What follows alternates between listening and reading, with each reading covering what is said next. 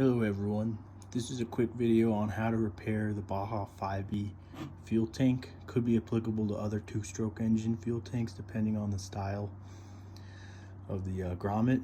But basically in the Baja 5B stock, you got the two fuel lines going through this, and over time, if you leave fuel especially in there, they'll disintegrate and rip apart, and they'll be left in the tank, and then the ones above the tank, they'll just won't be connected. So this was a little solution I thought of with these LTW fittings off Amazon, the ones without the middle flange, so that they go nice and thin through the grommet.